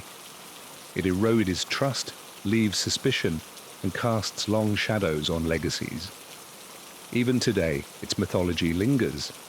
The hemlock of Socrates, Cleopatra's asp, the poisoned figs of Claudius, the Vishakanas of India. These are more than deaths. They are parables, reminders that in the theatre of power, the deadliest actors are often those who never take the stage. Poison has no face, no voice, no armor. But in ancient history, it shaped dynasties, rewrote successions, and whispered through every corridor of power. It was and still is the perfect assassin. It all began with wood, dust, and ingenuity along the banks of the Nile. In ancient Egypt, land of pyramids, priests, and precision, protecting one's possessions was more than practical. It was symbolic. Whether it was grain stored for famine, papyrus scrolls hidden in temple chambers, or treasures entombed with a pharaoh, access had to be controlled. And for that they invented something revolutionary, the pin tumbler lock. Dating back as early as 2000 BCE, these were the world's first known mechanical locks. Carved entirely from wood, the device was rudimentary by modern standards, but conceptually brilliant. All right, bucks up for a wild ride through ancient security tech, because yes, even 4,000 years ago, people were obsessed with keeping their stuff safe, and they got creative about it. Picture this. A lock that's basically a horizontal bolt sliding into a frame to shut a door tight. Nothing fancy, right? But wait, this bolt has holes drilled into it, and when you push it home, vertical pins drop down into those holes from above, locking it all up like a boss. To get it open, you needed a key. Not just any key, though. This was ancient Egyptian engineering at its finest. Big wooden gadget that looked suspiciously like a toothbrush with pegs. You'd shove that thing into the lock's top, and voila, the key would lift those pesky pins out of their holes, letting the bolts slide open. No smashing, no chisels, just clever design and good old gravity. But this was more than just a neat trick. It was a philosophy. Egyptians believed in order over chaos, fancy talk, ma'at, so controlling who got in and who didn't was a big deal. Locks weren't just for your average door, they guarded homes, temples, and even tombs. Pharaohs got their own locked chambers and false doors. Talk about overkill security. For them, locking wasn't just about keeping stuff safe, it was about protecting eternity itself. Here's the kicker, that simple pin and key concept. It's still the same basic idea behind modern locks today. Pins dropping into holes, keys lifting them up. 4,000 years and not much has changed. Even though those wooden parts eventually rotted away and very few keys survived, the design was so good it spread like wildfire, from Egypt to Greece, then Rome, and beyond. But before locks with sliding bolts and tumblers even existed, ancient Mesopotamians had their own take on security. Forget mechanics, these guys were all about symbolism. Enter the cylinder seal, a tiny, intricately carved cylinder worn around the neck or wrist like a fancy ring or pendant. Each one was unique, etched with mythological scenes, animals, gods, or cuneiform writing. To use it, you'd roll the cylinder across soft, wet clay, leaving behind a long, detailed impression, kind of like an ancient barcode. These seals secured jars, doors, and even caskets. Try breaking in, the clay would crack, instantly revealing any tampering, plus the seal itself verified who'd closed the container, like a signature only you could leave. So there you have it, ancient security tech that's both ingenious and honestly pretty stylish. Locks and seals weren't just about keeping people out, they were about control, identity, and making sure order reigned supreme in a world that desperately needed it. Who knew being safe could look so cool? You didn't need a key to open the thing. You needed a reason to break the seal.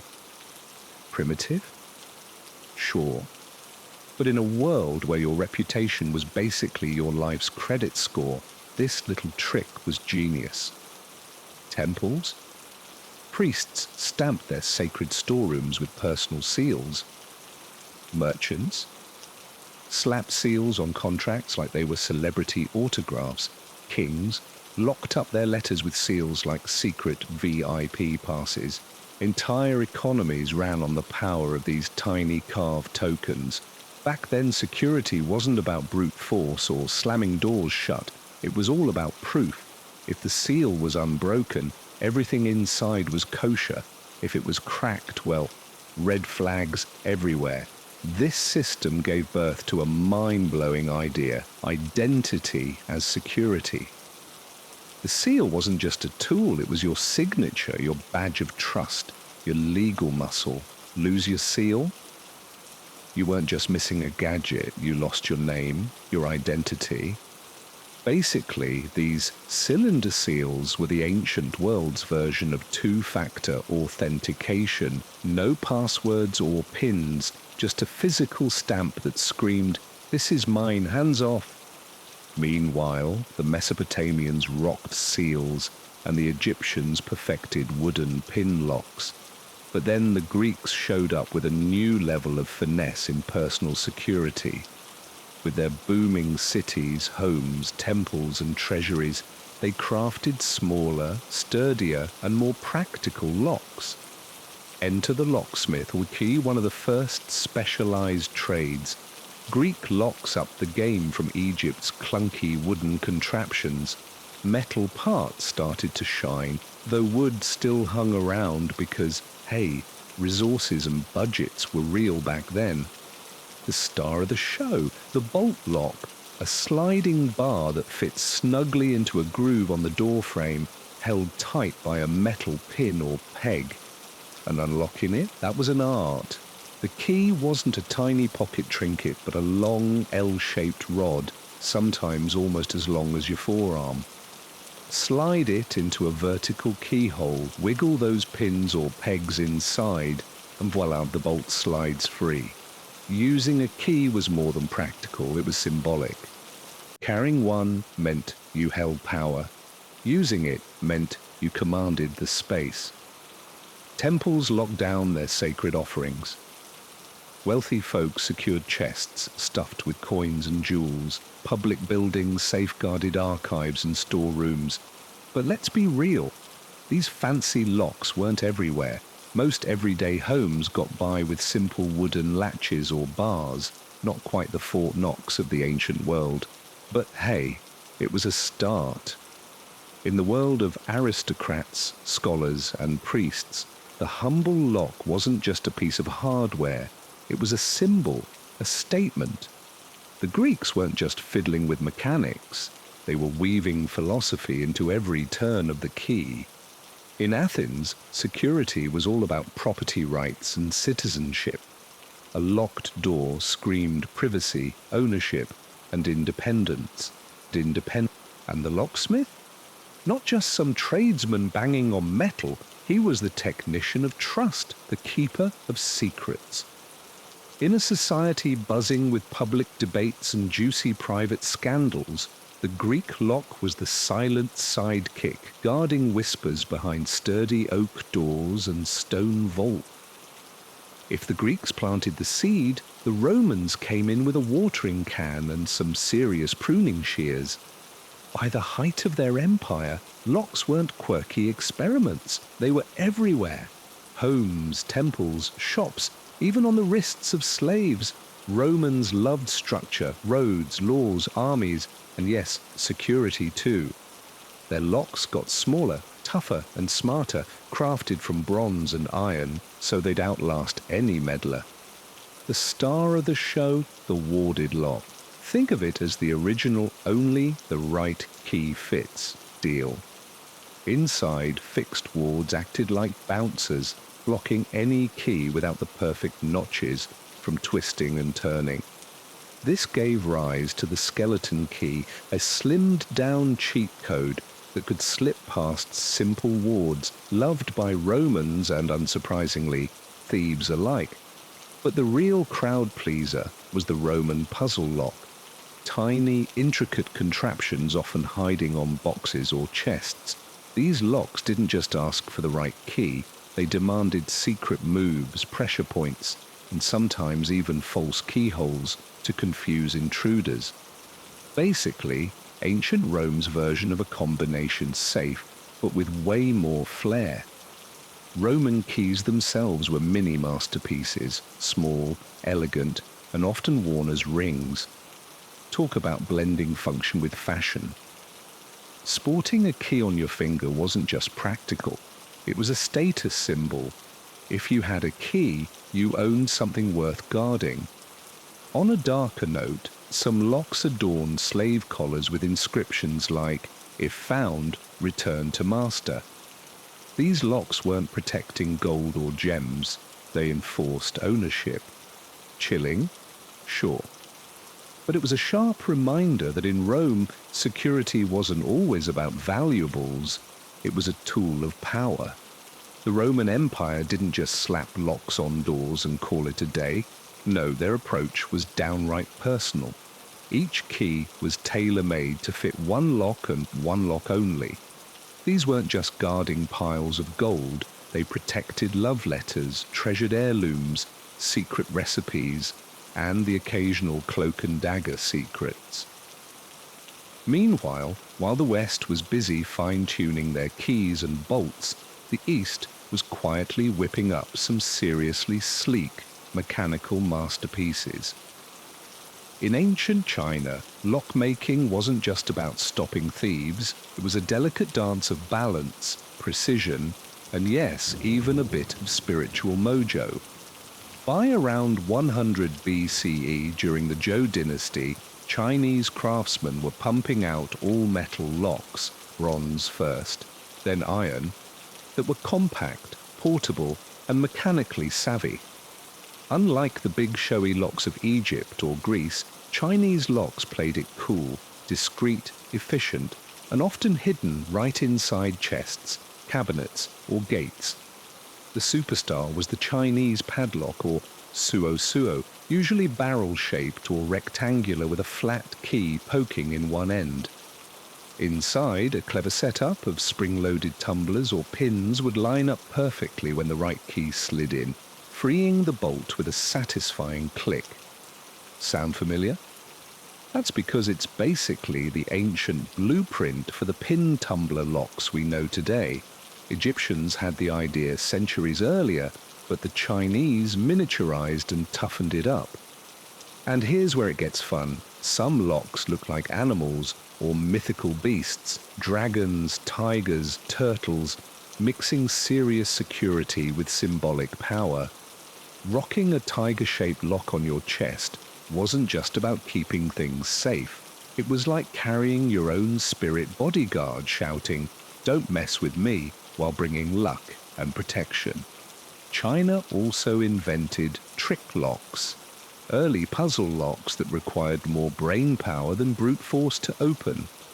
These weren't just for cash or jewels. Scholars and officials tucked away precious scrolls, calligraphy, and family treasures in locked boxes that only those in the know could unlock. Security here was a matter of smarts, not just ownership. Locksmithing became a respected craft. Some artisans guarded their secret recipes like dragon hoards, passing them down through generations.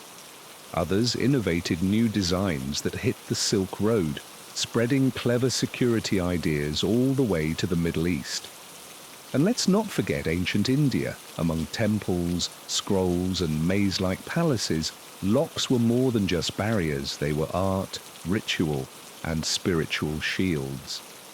Although fewer ancient Indian locks survive today compared to Roman or Chinese ones, Sanskrit texts and archaeological finds reveal that by around 300 BCE in the Maurya Empire, mechanical locks were a thing, and evolving with their own clever, culturally rich twists. Indian locks secured temples, treasure rooms, and chests not only filled with riches, but sacred relics and royal documents. Security wasn't just about keeping out thieves, it was about protecting what mattered most with style and spirit. These ancient locks were mostly metal, pretty small, and relied on clever internal levers or pin systems. Some even borrowed sliding tumblers straight out of the Chinese and Roman playbooks. But ancient Indian inventiveness decided to take security to the next level. Camouflage. Imagine temple and palace walls hiding secret compartments or fake drawers, all guarded by tricky secret trigger locks known only to a chosen few. A push here, a twist of a carved leaf there, and voila! A hidden panel springs open or snaps shut. Modern restorers still scratch their heads over these mechanisms, crafted with such mind-boggling precision they're basically architectural brain teasers. Sanskrit treatises from way back, like a political and economic manual from the Maurya era, laid out the game plan. Guard your info, treasure, and royal stuff with secret rooms, double doors, and locks, so disguised they might as well be magic. These locks weren't just about keeping out burglars, they were psychological warfare. The goal? Don't just stop intruders, confuse them so badly they don't even realize something's worth protecting. Locks in India also came with a side of symbolism. Temple gates could be locked not just for security, but as part of sacred rituals, opening only on special auspicious days. Some lock designs featured lotus flowers, serpents, or sacred geometry, acting as a combo of curse and blessing. Indian philosophy saw protection less as a brawl and more as a clever dance of redirection, illusion, and wisdom. Hop over to the misty forests and icy fjords of ancient northern Europe, and locks took on a whole different vibe. For the Celts of Iron Age Britain and Gaul, locks were less about art and more about practicality and meaning. Heavy wooden bars, iron door rings, and sliding bolts guarded homes and granaries. Archaeologists have dug up Celtic padlocks and keys. Simple but surprisingly precise iron-warded locks, likely inspired by Roman traders or conquerors. But the Celts didn't just trust metal, they believed in spiritual protection too. Homes wore charms, symbols, and ritual markings on their doorways, not just to keep thieves out, but mischievous fairies and nasty ghosts too. A locked door might repel raiders, but a carved triskel or hanging amulet kept cosmic trouble at bay.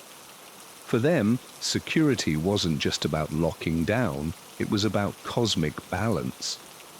The Norse took their lock seriously as well, especially on their ships and treasure chests. Iron padlocks tough enough to brave sea storms and scoundrels were standard gear. Some Viking keys found in burial sites were shaped like serpents, axes, or tiny Thor's hammers, serving as both functional keys and badges of power. Carrying a key meant owning, commanding, and protecting. Viking women often held this power literally. Archaeological finds show them buried with fancy key rings and belt-hung lockpicks. The original household CEOs think of the key as more than just a door opener. It was the ultimate VIP pass, a badge of trust, status, and identity all rolled into one. Now, here's a fun twist. Norse mythology wasn't just about hammer-wielding gods and epic battles. It had its own take on locking and unlocking. The gods themselves used runes to seal doors, and some spells were basically ancient versions of Do Not Disturb, binding or unbinding fate like magical deadbolt.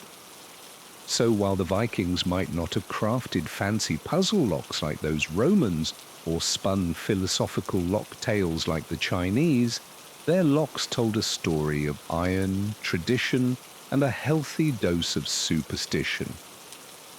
As the Western Roman Empire went kaput, the eastern half, the Byzantine Empire, picked up the lock-making torch. But Byzantium wasn't content just to preserve Roman gadgets. They sprinkled in some Eastern flair, mixing muscle with elegance, and passed the baton to the Islamic Golden Age. Byzantine locks were tiny works of art, padlocks shaped like animals, crosses, or weird abstract doodles forged in bronze or iron. They packed in clever tricks like rotating bolts, spring-loaded bits, and fake keyholes, basically inventing the ancient version of a try-me lock. And if you thought keys were just for opening doors, think again. Bishops and abbots rocked ceremonial keys like royalty, flaunting their sacred VIP passes to churches and archives. Enter the Islamic caliphates, especially during the Abbasid era, where lock-making exploded into a full-blown art and science combo. Drawing on smarts from Persia, India, Greece, and Rome, Islamic craftsmen turned locks into masterpieces of cunning engineering. Some had 4 or 5 internal levers, tumblers that would make modern locksmiths jealous, and early versions of combo locks. Their padlocks looked like lions, fish, or birds, both beautiful and sneaky.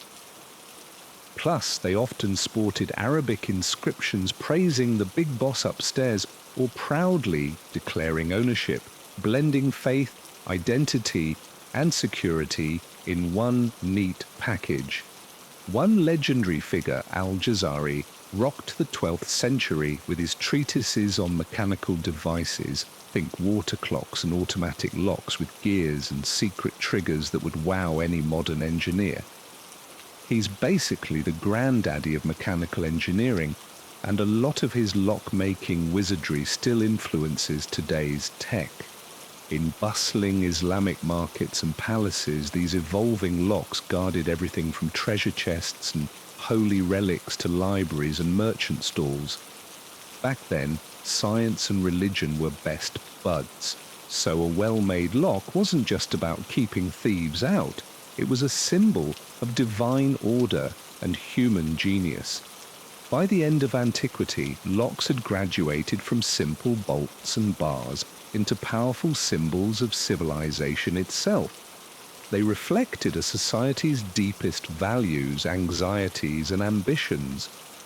Whether hammered from iron, carved from wood, or hidden behind sacred geometry, ancient locks weren't just about blocking intruders, they were about choosing who got the golden ticket to come inside. From the wooden pin tumblers of Egypt to the mechanical puzzles of Byzantium, every culture added a fresh chapter to the epic saga of locking. Each key was loaded with power, not just practical, but psychological. To hold a key was to wield authority, control access, and guard secrets.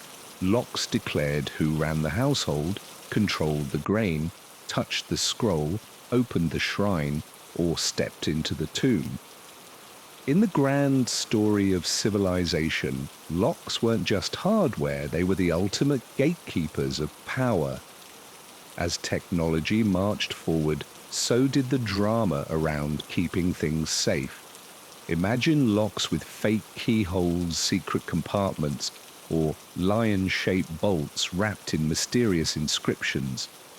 These weren't just security measures, they were bold statements saying, "Hey, I'm important, I'm locked up tight, and I'm hiding secrets you don't get to know."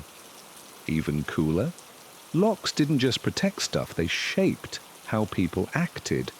In places where hierarchy ruled, locks drew clear lines between who was in and who was out. In bustling trade hubs with all sorts of folks mingling, locks guarded marketplaces, homes, and temples against sneaky hands and shady deals.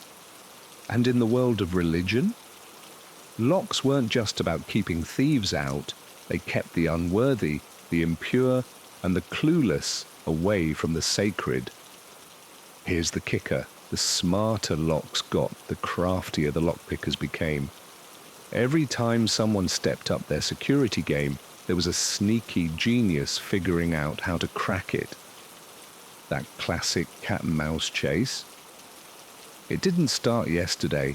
Nope, it kicked off thousands of years ago in some grain vault in ancient Mesopotamia, or a Roman merchant's chest.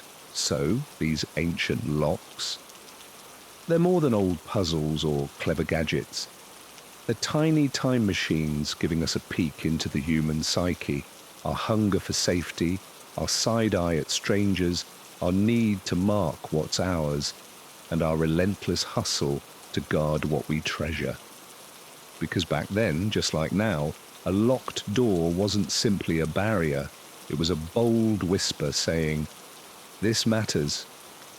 This is mine, and only I hold the keys."